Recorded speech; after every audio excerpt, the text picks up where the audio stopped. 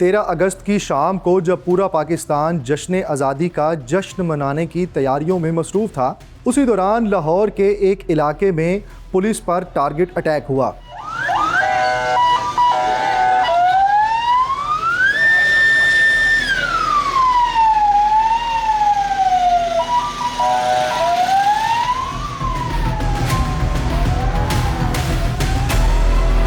लाहौर में पुलिस की ये टारगेट किलिंग क्यों शुरू हुई?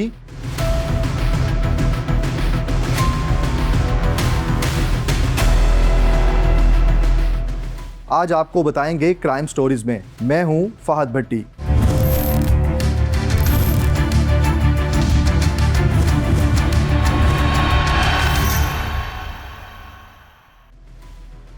इत्तला मौसूल हुई कि लाहौर के एक इलाके बादामी बाग में 3 मुल्जिमान ने फायरिंग करके 2 पुलिस एहलकारों को शहीद कर दिया है। पुलिस की भारी नफरी मौका पर पहुंची, शवाहिद इकट्ठे किए गए, लेकिन पता लगा कि तीनों मुल्जिमान मौके से फरार हो चुके हैं। पुलिस अभी तहकीकात में ही मसरूफ थी कि 1 घंटे के बाद पुलिस को इत्तला मौसूल हुई कि लाहौर के ही एक इलाके नवाकोट में पुलिस पर दोबारा अटैक हुआ है और उस अटैक में 3 पुलिस एहलकार शदीद जख्मी हो गए हैं।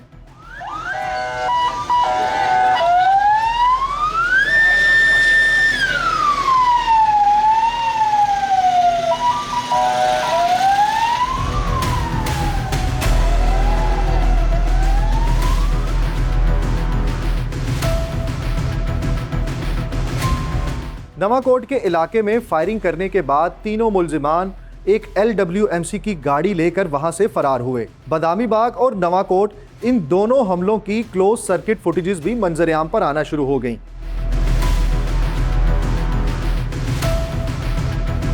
पुलिस पर इन दोनों हमलों की जो फुटेजेस सामने आई, उसमें देखा गया कि 3 मुल्जिमान हैं जिन्होंने पहले बादामी बाग के इलाके में 2 पुलिस एहलकारों को फायरिंग करके शहीद किया और उसके बाद वो नवाकोट के इलाके में पहुंचे, जहां पर उन्होंने अंधाधुंध फायरिंग करते हुए नवाकोट के इलाके में ही सिक्योरिटी ड्यूटी पर तैनात 3 पुलिस एहलकारों को शदीद जख्मी कर दिया।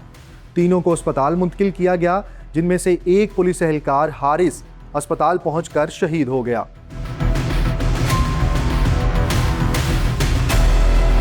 13 अगस्त की शाम को पुलिस पर मुख्तलिफ मकामात पर 2 हमले हुए, जिसमें 3 पुलिस एहलकार शहीद हुए और 2 पुलिस एहलकार शदीद जख्मी हो गए। पुलिस के लिए ये एक बहुत बड़ा चैलेंज था कि कैसे इन मुल्जिमान को ट्रेस किया जाए। पुलिस को पहली लीड मिली कि तीनों मुल्जिमान जो नवाकोट के इलाके से LWMC की एक गाड़ी लेकर फरार हुए हैं, वो शेखुपुरा के एक इलाके मुरीदके से पहले रावी रियान के करीब गाड़ी छोड़कर एक गांव में चले गए हैं और तीनों मुल्जिमान ने गांव के ही एक घर में पनाह ले ली है। इस चीज़ का मुल्जिमान को अंदाज़ा नहीं था कि LWMC की गाड़ी में एक ट्रैकर लगा हुआ है और पुलिस ने उसी ट्रैकर की मदद से इन मुल्जिमान की लोकेशन ट्रेस की।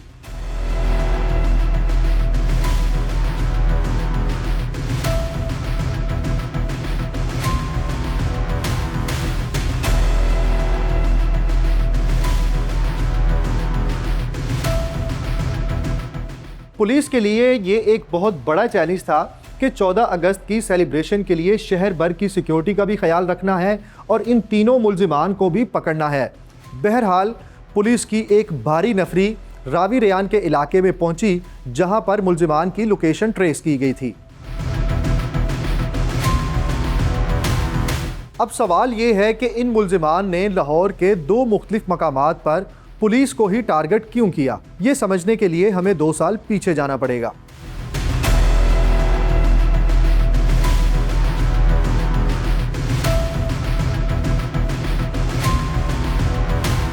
जेल से रिहाई के बाद फैज़ान भट्ट का राब्ता एक कलअदम तंजीम से हुआ और फैज़ान को टारगेट दिया गया कि वो पुलिस एहलकारों को निशाना बनाए और यहाँ से शुरू हुई पुलिस की सीरियल किलिंग। 2024 में फैज़ान ने एक पुलिस एहलकार को टारगेट किया और उसे फायरिंग करके शहीद कर दिया।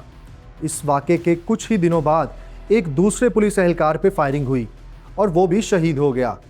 चंद ही दिन गुजरे थे कि एक तीसरे पुलिस एहलकार पर भी फायरिंग हुई, मगर वो मौजूदा तौर पर महफूज रहा। 2024 में पुलिस की इस सीरियल किलिंग में फैजान भट्ट के हमलों से 2 पुलिस एहलकार शहीद हुए और 1 पुलिस एहलकार जख्मी हुआ। पुलिस की इस सीरियल किलिंग के वाक़े के कुछ अरसे बाद ही फैजान भट्ट एक मुबैना पुलिस मुकाबले में मारा गया और यहाँ मंजर आम पर आया फैजान भट्ट का छोटा भाई रेहान भट्ट। पुलिस की सीरियल किलिंग में मुलव्विस फैजान भट्ट के भाई रेहान भट्ट ने पुलिस को धमकी दी कि वो अपने भाई का बदला जरूर लेगा।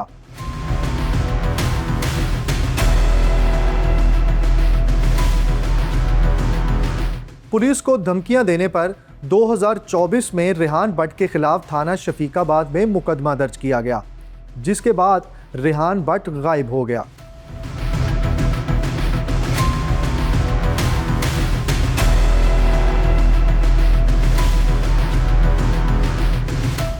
दो 2024 के बाद 2026 में रेहान भट्ट के वालिद फयाज ने पुलिस को फ़ोन करके बताया कि उसका बेटा घर आ गया है, आप उसे आके गिरफ्तार कर लें। अदील नामी पुलिस एहलकार अपने एक हेड कांस्टेबल के साथ बदामी बाग के इलाके में रेहान भट्ट को गिरफ्तार करने पहुंचा, मगर रेहान भट्ट, उसका वालिद फयाज और एक उनका तीसरा साथी पुलिस के लिए घात लगाए बैठे थे। मुलजिमान ने पुलिस पर फायरिंग की और दोनों पुलिस एहलकारों को शहीद कर दिया।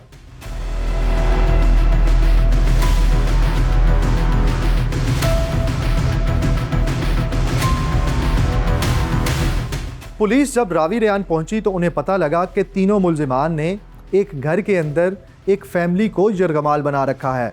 अब पुलिस के लिए ये भी एक चैलेंज था कि उस फैमिली को, जिसको इन तीनों मुलजिमान ने यरगमाल बना रखा है, उनको भी बाजियाब करवाना है और इन मुलजिमान को भी पकड़ना है। इसीलिए पुलिस ने उन मुलजिमान से बात करने का फैसला किया। मुलजिमान से बातचीत हुई, उनको सरेंडर करने का कहा गया, मगर मुलजिमान ने पुलिस पर ही फायरिंग शुरू कर दी।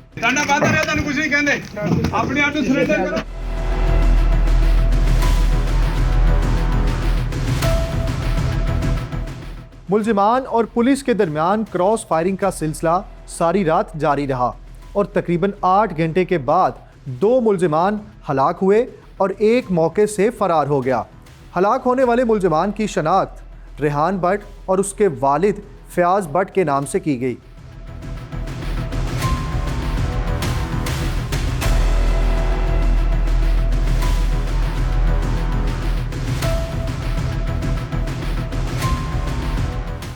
तीन पुलिस एहलकारों को शहीद करने वाले 2 मरकजी मुलजिमान पुलिस की बेहतर हिकमत अमली की वजह से हलाक हुए। इसी के साथ मुझे दीजिए इजाज़त। अल्लाह हाफिज़।